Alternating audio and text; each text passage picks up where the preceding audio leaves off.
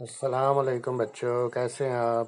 آج میں جو کہانی آپ کو سنانے جا رہا ہوں وہ کہانی ہے ایک لڑکے کی جو کہ بہت ہی کام چور لڑکا تھا، جو اپنے کام میں دلچسپی نہیں رکھتا تھا اور آج کا کام کل پر ڈال دیا کرتا تھا۔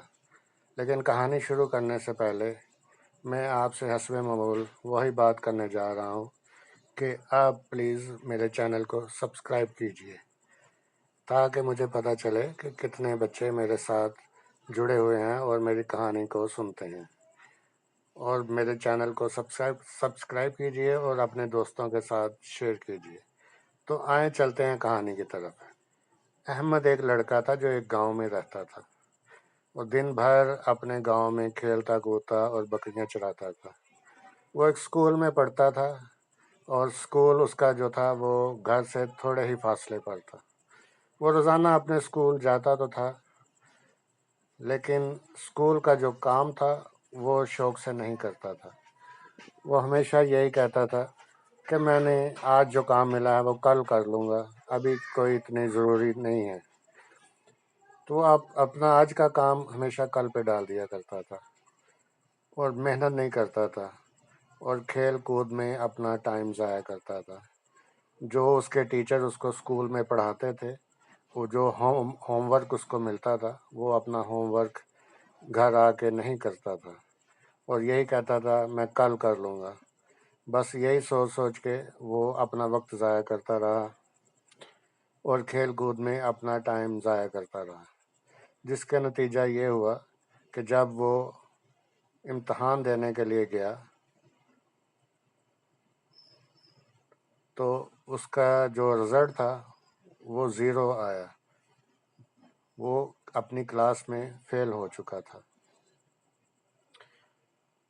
وہ یہ اپنا رزلٹ دیکھ کر بہت ہی مایوس ہوا اور بہت رویا پچھتایا، لیکن اب کیا ہو سکتا تھا، وقت گزر چکا تھا اور گزرا وقت دوبارہ واپس نہیں آتا۔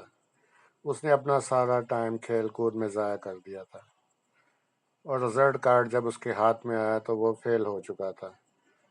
وہ اپنا رزلٹ دیکھ کے بہت پریشان ہوا، لیکن پھر اس نے سوچا کہ میں اپنی غلطیوں اور کوتاہیوں سے توبہ کرتا ہوں اور جو کچھ میں نے کیا ہے وہ اب دوبارہ نہیں کروں گا، اور میں اب خوب دل لگا کر پڑھوں گا اور محنت کروں گا۔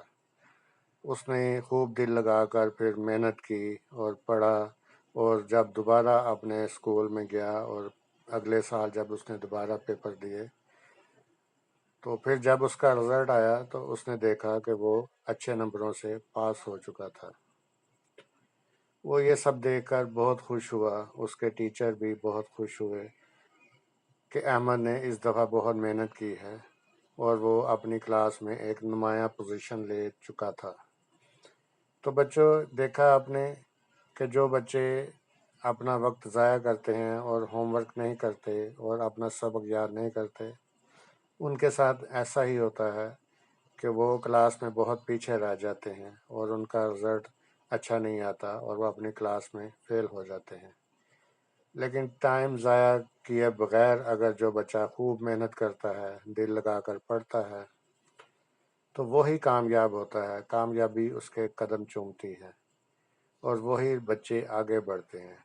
اس کہانی سے ہمیں یہ سبق ملتا ہے کہ اپنا آج کا کام کبھی بھی کل پہ نہیں ڈالنا چاہیے۔ جو ہوم ورک آپ کو ملتا ہے اس کو روزانہ کی بنیاد پر کرنا چاہیے، تبھی کامیابی آپ کے قدم چومتی ہے اور خوشیاں آپ کے در پہ دستک دیتی ہیں۔